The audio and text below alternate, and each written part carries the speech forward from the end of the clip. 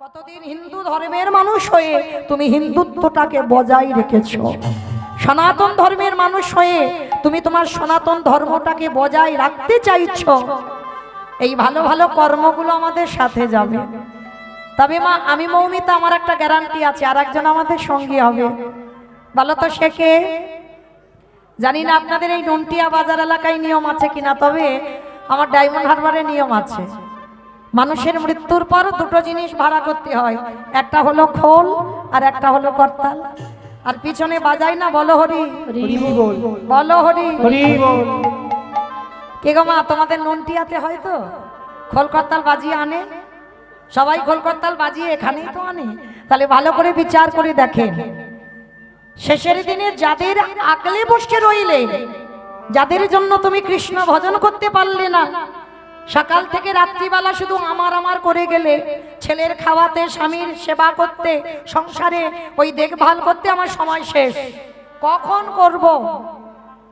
এই যে বাবা, একটা ডান হাত আর একটা বাম হাত আর একটা মেয়েদের আছে যেটা হলো অজুহাত, কখন করব? কিন্তু মা, ভগবান হাত দিয়েছে কর্ম করার জন্য, আর এই বদনটা দিয়েছে নাম বলবার জন্য। হাতে করো কাম, মুখে বলো না, কিন্তু সেটা আমরা করছি না মা। তাহলে শেষের দিনে আমাদের হরি ছাড়া গতি নাই। যত যাত্রা, নাটক, ফাংশন, থিয়েটার করো না কেন, শেষের দিনে সঙ্গীকে এই হরি নামে যাবে।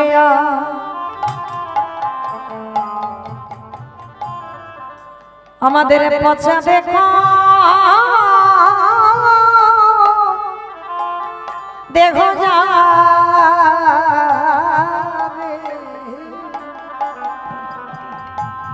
যেদিন তুমি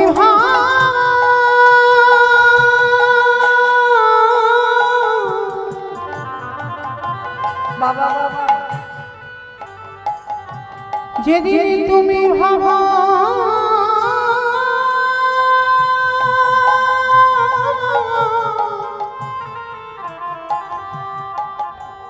যেদিন তুমি ভাবা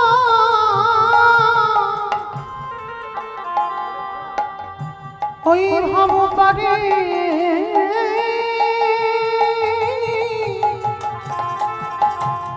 পারে যা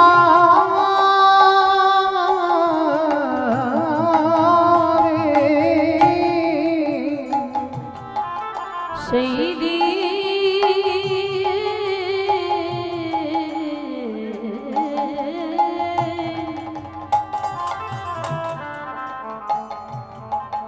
সেই দিনে নামে যাবে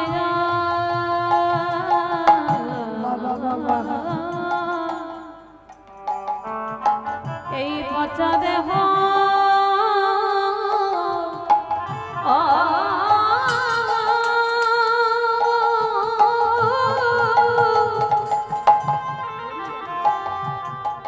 দেহ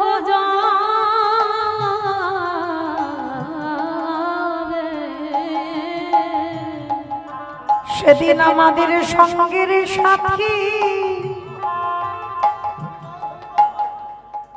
কেহ থাকবে না। যেদিনে খাঁচা ছেড়ে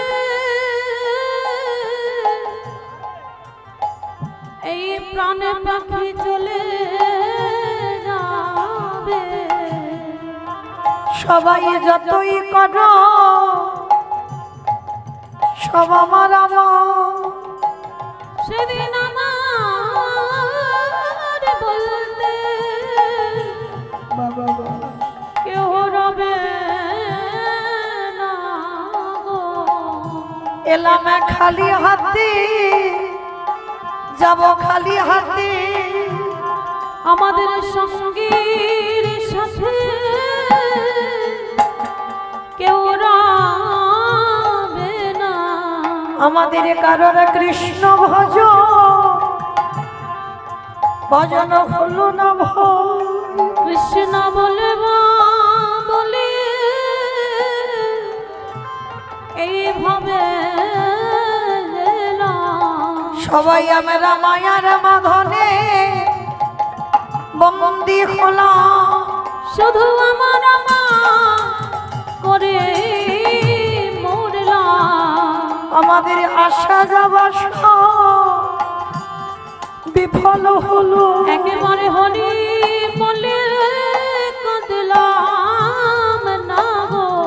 হে দয়াময় তুমি বিনে আমার গতি নাই। বলে তুমি তো আমার পিতা বন্ধু ভাই। দয়াল আমার মত পাপি আর কি গুনাহ। বলে এইবার উদ্ধার করো মোরে। দয়াল আমি পারে ঘাটাতে দাঁড়াইয়ে রইলাম। পারে করো হে দয়াল হরি। তুমি জানো আমার চরণ সারা করো না দয়া। দুই জন্মে নাই জন্মে জন্মে তোমার ওই চরণে সব সপিলাম। আমার দেহ মন প্রাণ জীবন যৌবন। তুমি আমার কেশে ধরে টেনে নিও। আমি মায়া মাঝি করে দয়াল তুমি বিনে আমার গতি নাই। তুমি তো আমার পিতা বন্ধু। তুমি বিনে আমার গতি নাই হে। ওই চরণে সব সপেছি। তুমি বিনে আমার গতি নাই আমি হে। ওই চরণে সব সপেছি। নামে যাবে যা পচা দেহ যাবে। ও মাইরা আমার ভগবান একটু ভালোবাসার কাঙাল গো। ভগবান ভক্তের কাছে কোনোদিন বলেনি শ্বেত পাথরের মন্দির গড়ে দে, বলেনি রজনীগন্ধার মালা দিয়ে সাজা, বলেনি দামি দামি অলংকারে আমায় সাজিয়ে দে, ভালো ভালো ফল মিষ্টির ডালা দিয়ে আমায় খেতে দে। ভগবানের একটা চাওয়া আছে, কি জানো? ওরে কলির জ্ঞানন্ধজি, এই কলির মানুষ সংসারে করবি বলে জগতে গেলি, সংসার কথাতে অসুবিধা নাই, কিন্তু সংসারের মধ্যে থেকে সারা দিনের মধ্যে একটু আমার চরণে বসে যদি একেবারে নয়নের জলে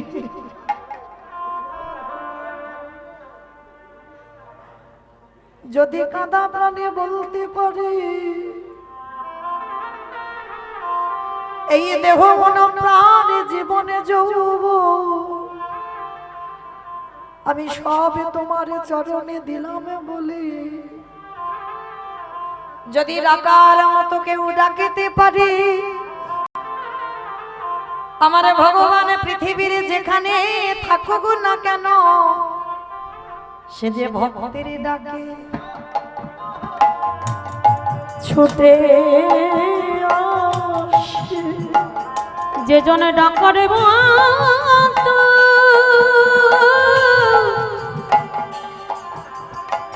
ডাকারে মত ডাকিতে পারে, সে যে ভক্তির ডাকে ছুটে আসে।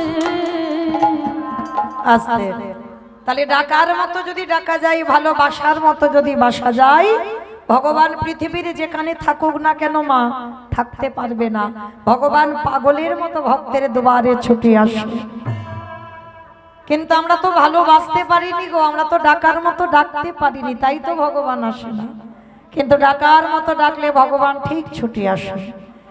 এই কথা বলতে গিয়ে মা মনে পড়ে গেল জানো, এই যে আমরা তো সংসারী মায়েরা, সংসারে থেকেও গোবিন্দ ভজন করা যায়, সংসারে থেকেও ভজন সাধন হয়।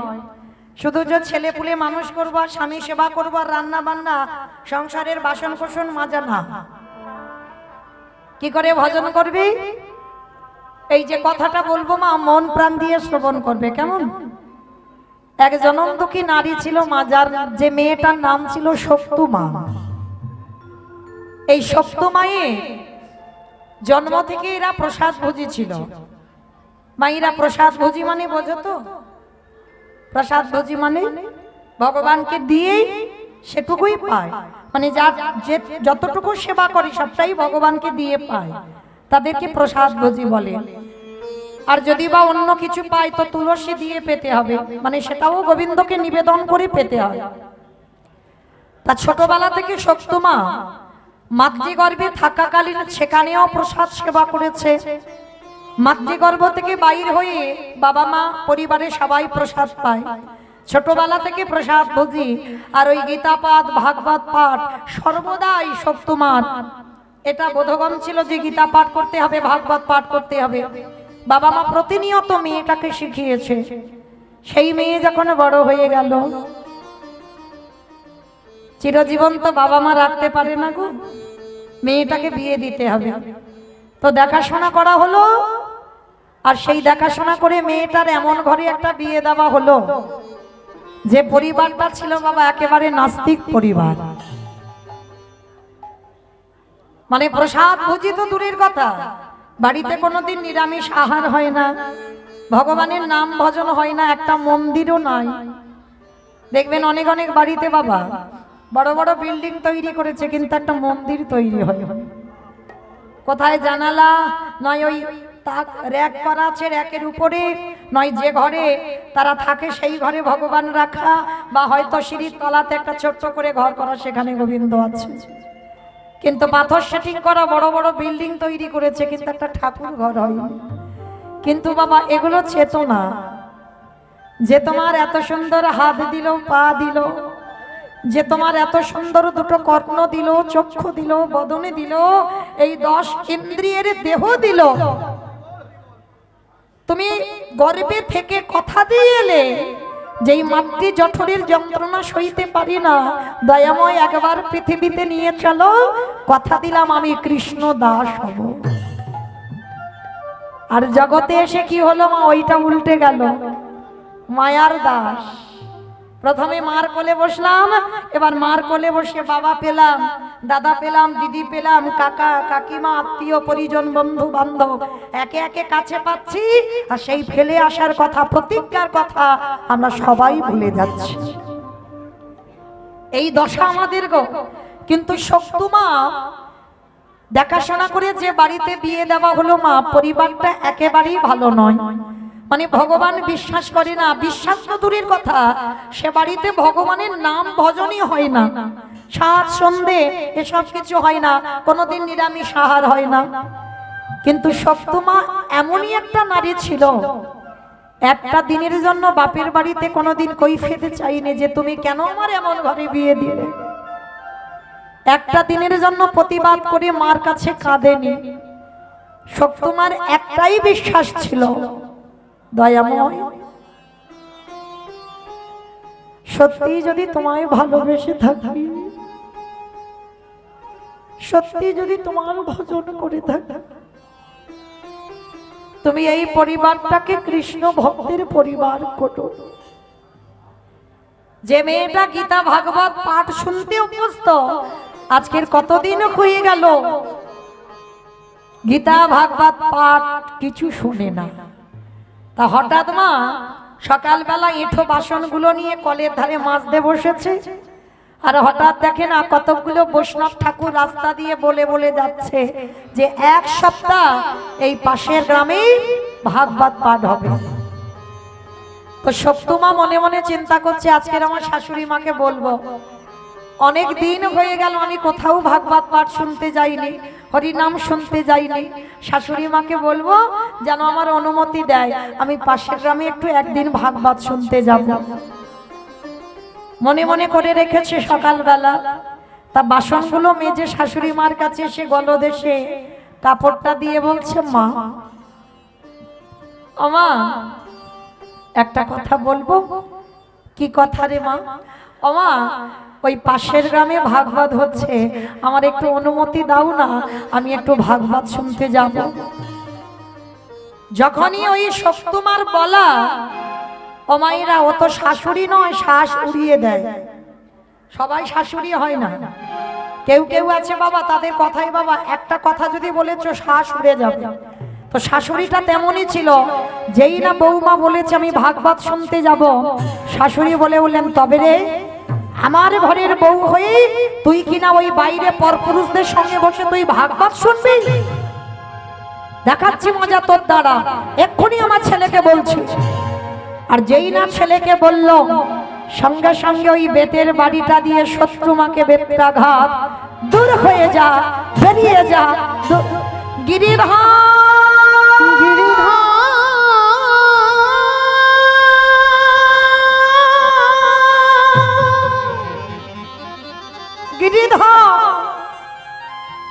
একেবারে দেখা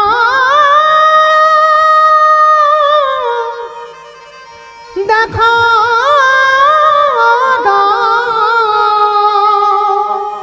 হরি বল হরি বল। ওগো তুমি নাকি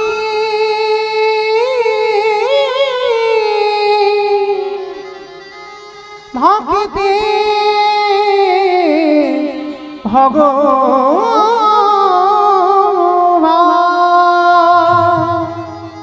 এত মারা মেরেছে, শক্তমায়ের সর্ব অঙ্গ দিয়ে রক্ত ঝরে ঝরে পড়ছে। চুলের মুষ্টিটা ধরে শাশুড়ি মা ঘরের মধ্যে রেখে বাইরে থেকে দরজা বন্ধ করে দিল। শক্তমা বসে বসে কাঁদি আর বলে, দয়াময়, তোমারে যারা ভালোবাসে, তোমারে যারা সেবা করে, তোমারে যারা ভক্তি করে, তাদেরকে এমনি করে কাঁদতে হয়। আমি তো কোনো অন্যায় করিনি, আমি শুধু বলেছি শাশুড়িকে একটু ভাগবত শুনতে যাব, তার জন্য আমায় এত মারা মেরেছে। মেয়েটা রাতের অন্ধকারে কাঁদছে। শাশুড়ি মা স্বামী ঘুমিয়ে পড়ল, আর যখনই শাশুড়ি মা ঘুমিয়ে পড়ল না, ওই মেয়েটার চোখের জল আমার গিরিধর আর সহ্য করতে পারছে। পাথর মূর্তি ত্যাগ করে দিয়েছে, পাথর মূর্তি ত্যাগ করে দিয়ে ভগবান নিজেই আজকে শাশুড়ির মাতার রূপ ধারণ করেছে। কেমন মজার ঘটনা দেখো। শাশুড়ি মা রূপ ধারণ করে বাইরে থেকে দরজাটা খুলে যেই না ঘরে গিয়ে ডাক দিয়েছে, বৌমা। শক্তমা চমকে উঠেছে, কি তাড়াতাড়ি করে অঙ্গগুলো ঢাকা দিচ্ছে, কেন যদি আবার শাশুড়ি মা মরে। শক্তমা তো জানি না ওটা শাশুড়ি নয়, ভগবান শাশুড়ি সেজে এসেছে। শক্তমার কাছে এসে আমার ভগবান মাথায় হাত দিয়ে বলছে, কি রে, মেরেছে, বড় ব্যথা লেগেছে, বড্ড কষ্ট হয়েছে।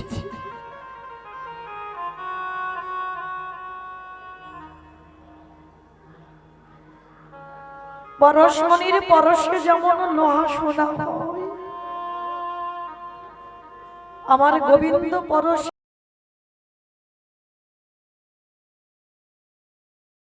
জগতে কি না জানি কি না হয়। একবার যদি আমার গোবিন্দ কেউ পরশ করে, তার হৃদয়টা সোনার থেকে আরো মূল্যবান হয়ে যায়। যেই না পরশ করেছে, যেন নিমিষে বাবা সব জ্বালা জুড়িয়ে গেল। সঙ্গে সঙ্গে আমার ভগবান শাশুড়ি হয়ে মাথায় হাত দিয়ে বলছে, বৌমা, একটা কাজ করো, তোমার শাশুড়ি, হরি বল, আমার ছেলে ঘুমাচ্ছে, এই রাতের অন্ধকারে আমি দরজা খুলে দিচ্ছি, তুমি চলে যাও, একটু ভাগবত শুনে সকাল সকাল চলে আসবে। মা, তুমি আমার অনুমতি দিচ্ছ? দিচ্ছি তো, যাও। তবে শোনো বৌমা, আসবার সময় আমার জন্য একটু প্রসাদী নিয়ে আসবে। তা যেই না শক্তমা অনুমতি পেয়েছে, আমার ভগবান শাশুড়ি হয়ে নিজে দরজাটা খুলে দিল। আর যখনই দরজাটা খুলে দিল, আমার শক্তমা পাগলিনীর মতো ছুটতে ছুটতে ভাগবত আসরে গেছে। সারা রাত ভাগবত শ্রবণ করছে মনের আনন্দে। ছোটবেলা থেকে যেটা অভ্যাস, কতদিন ভাগবত শোনেনি, মনের আনন্দে ভগবানের নামে নয়নের জলে বুক ভাসিয়ে ভাগবত শুনেছে। এদিকে সকাল হয়ে গেছে, শাশুড়ি স্বামীর ঘুম ভেঙে গেছে।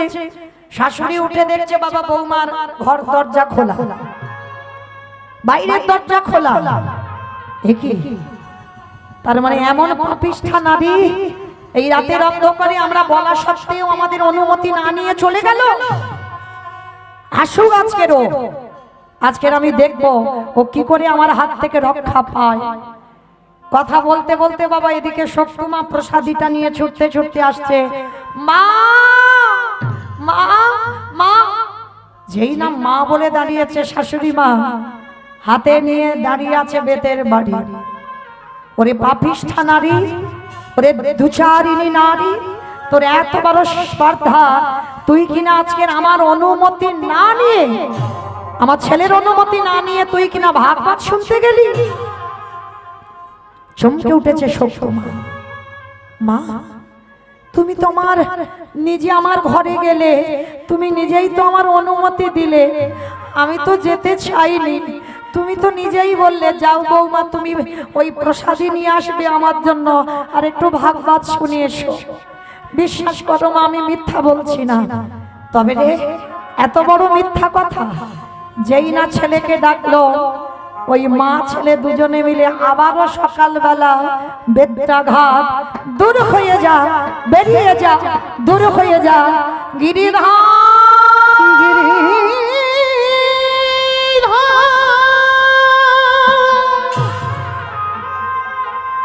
একেবারে দেখো দেখো না বাবা বাবা ওগো গিরি গিরি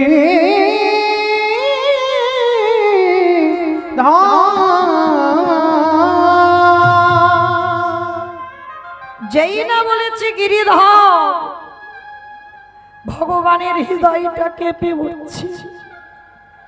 আবারও সকালবেলা এত মারা মারলো, চুলের মুষ্টি ধরে বলল, আইবে এঠো বাসন পড়ে রয়েছে, বাসি কাপড় পরে রয়েছে, ঘর বাড়ি এখনো মোছা হয় না, কে করবে এই কর্মগুলো? আমার ভগবান মনে মনে ভাবছে, বাবা বাবা, মেয়েটা সারা রাত জেগে আমার কৃষ্ণ নাম হরি নাম শুনে এসেছে, আর তার জন্য যদি আমি এতটুকু না করি, আমার ভগবান নামে কলঙ্ক রটে যাবে। এইবারে ভগবান আমার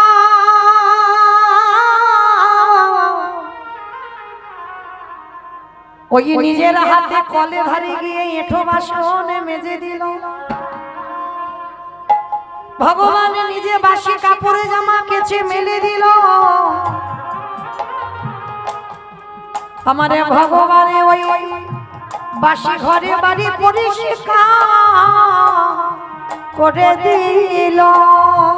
সে যে ভক্তের লাগি তাই গৌর প্রেমানন্দে হরি বল, হরি বল, হরি বল।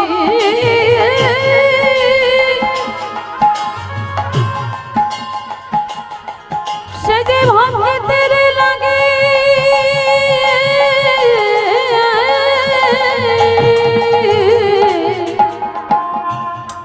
সব করিতে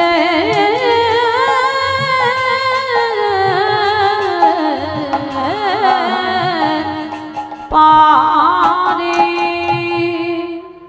এইবার যেই না শাশুড়ি মা কল ধারে নিয়ে গেছে সপ্তমাকে, গিয়ে দেখছে মা বাসন পরিষ্কার মাজা, জামা কাপড় গুলো ধুয়ে ছাদে মেলে দেওয়া, বাসি ঘর বাড়ি পরিষ্কার। শাশুড়ি মা চমকে উঠেছে, কি এই কর্মগুলো কে করলো? আমি আর আমার ছেলে ছাড়া তো এ বাড়িতে কেউ ছিল না, তাহলে করলো কে? সপ্তমার জানতে দেরি হলো না, মনে মনে বলে, গিরিধার গো, এবারে আমি বুঝতে পারলাম তুমি রাতের অন্ধকারে আমার শাশুড়ি মার রূপ ধারণ করে তুমি আমার অনুমতি দিয়েছো ভাগবত শুনতে যেতে, আর যাতে আমায় মারবে বকবে তার জন্য তুমি নিজের হাতে কর্মগুলো করে দিয়েছো। ওগো গিরি নিতাই গৌর প্রেমানন্দে হরি বল, হরি বল। আজ হতে জেনে গেল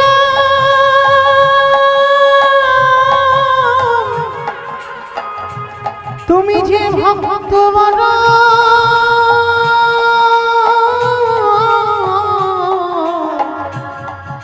বড় ভালো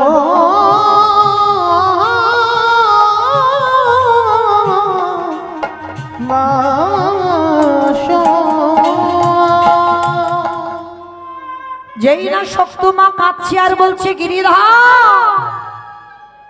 সেই যদি তুমি কৃপা করলে, তাহলে আমার স্বামী শাশুড়িকে কেন কৃপা করছো না?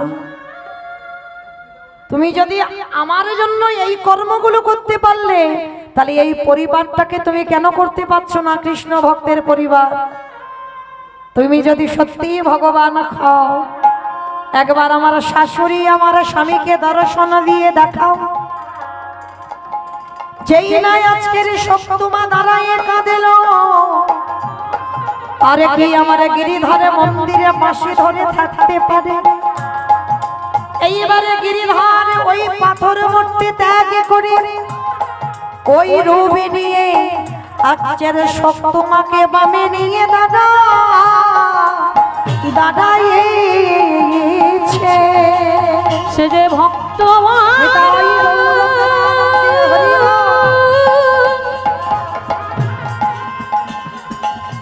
সে যে ভক্তবান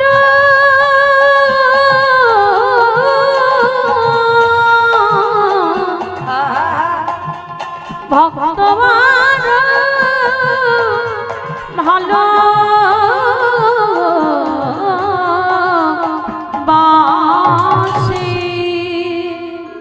ঠিকই রাধারানীর পাশে যেমন আমার গোবিন্দ দাঁড়ায় আছে, যেমন মীরাবাইয়ের পাশে আমার গোবিন্দ দাঁড়িয়েছে। ডাকার মতো যদি ডাকা যায়, তাহলে আমাদের পাশেই আমার গিরিধরে এমনি করে দাঁড়াইবে। ও যে ভক্ত নিতাই গৌর প্রেমানন্দে বড় ভালোবাসি, তাই তো যুগে যুগে